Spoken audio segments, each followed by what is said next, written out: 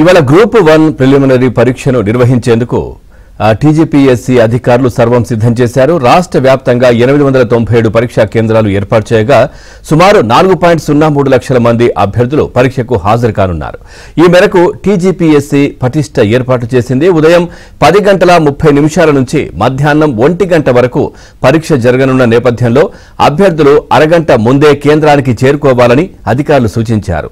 10 గంటల తర్వాత ఆయా కేంద్రాల ప్రధాన గేటును మూసివేస్తారని, ఆ తర్వాత ఎట్టి పరిస్థితుల్లోనూ అభ్యర్థులను అనుమతించబోమని స్పష్టం చేశారు.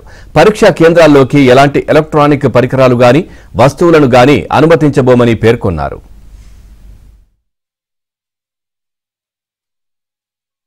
సుమారు 4.03 లక్షల మంది అభ్యర్థులు పరీక్షకు హాజరు కానున్నారు.